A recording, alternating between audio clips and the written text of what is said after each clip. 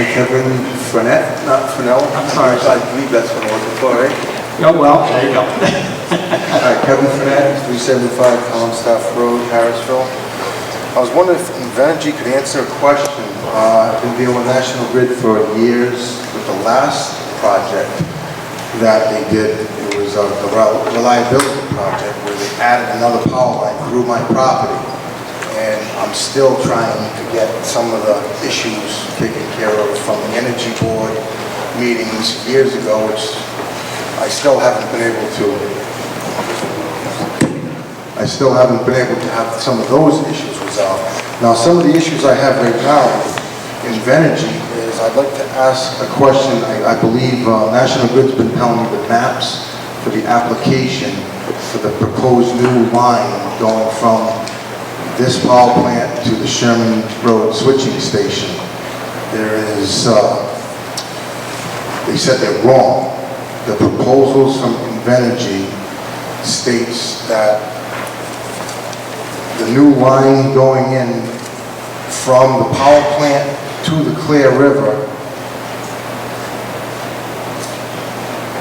is approximately 4.4 miles long, and then the other line is approximately 1.6 miles long going to the Sherman Road switching station. I'd just like to know from Invenergy tonight if they can tell me which side of this power line that it will be going on, because my house is 12 feet from the easement.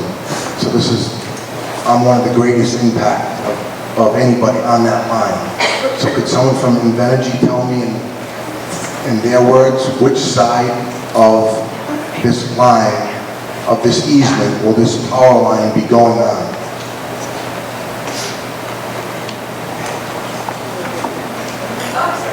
I think if you could provide again your address, I wasn't able to hear it the first time. 375 Collinstaff Road, Harrisville, Rhode Island. It's very close to the Sherman Farm power plant. Sir, as we sit here right now, I'm talking to two of my people here. We don't know exactly where that is, but we will get that answer for you. All right, it's the furthest away from your proposed power plant. It's on the opposite side, all the way down towards the other power plant that's in the Sherman Farm switching station, which is the Sherman Farm Road power plant. I'm on that section. Right, So the new line that's going through, and then, all right, go ahead. No, I was just going to say that if that gives us where you are, then we'll be able to get that answer for you. Okay, any idea when you might be able to do that? Next year. After September. A couple days. All right. So we can use your address, or if you want to give Tom better contact info, we'll give it to Mr. Chair. Is that the best way Yeah, that's for us to get it perfect. to Mr. Kravitz? Yes, that'd be fine. And what National Grid is telling me, there was a mistake in your engineering or a mistake on your plan, so your application was wrong because it just, the 4.4 mile section and the 1.6 mile section, they said was just backwards or whatever you're supposed to be All right, adjusting thanks. that. Yeah, we'll look at that and get that information to Tom. All right, so is your maps then, do you know anything about this? I don't, as I sit here now. Is anybody from an engineer? Like I said, if we will get the information, it's the first time I think we've heard that anyone from National Grid has pointed out an error, if it is an error. So like I said, within a week, we'll look at that and get an answer to Tom. All right, so this is the first time you've heard about That it. I have heard of it, that doesn't mean it hasn't been raised elsewhere. Okay, now, another issue that I had was the EMFs. They did, your application states that the EMF studies that were done and some of the levels that,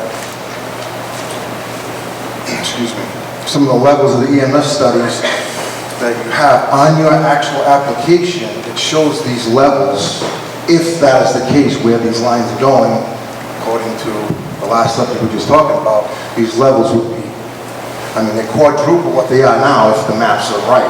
If they're wrong, they're going to be, you know, probably 4 times that, those levels.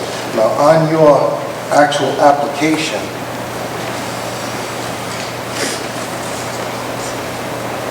sorry about that.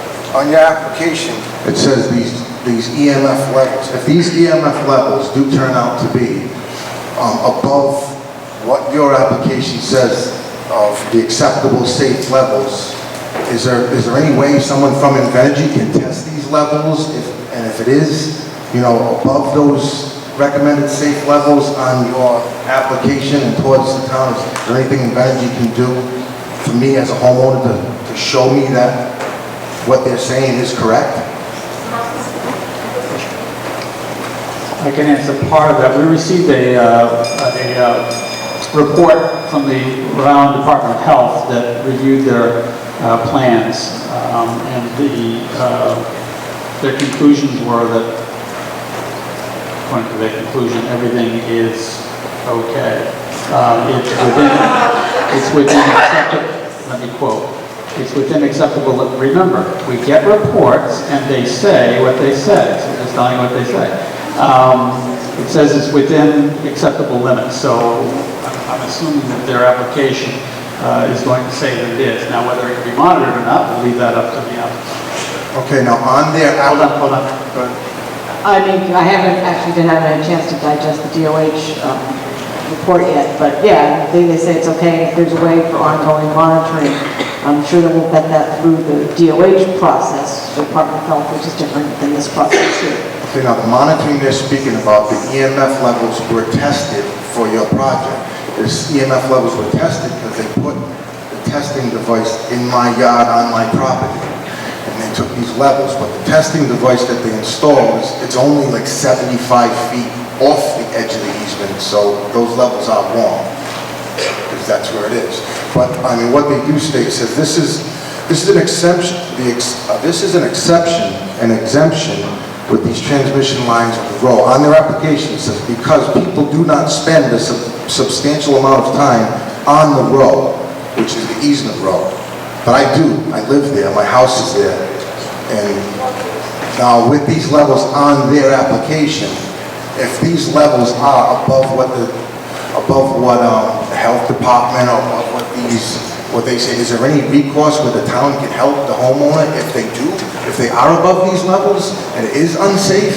As we don't approve, it is also incumbent upon the regulatory agency to regulate that and to force the applicant to change or do what is necessary to rectify it if it's not within acceptable limits. Okay, so if that is wrong, she's obviously going to respond to me on that first issue. Yes. But if it is wrong, that's something that the Energy City Board would have? Well, or the Rhode Island Department of Health, they're the ones that would... Could I get a copy of that later on?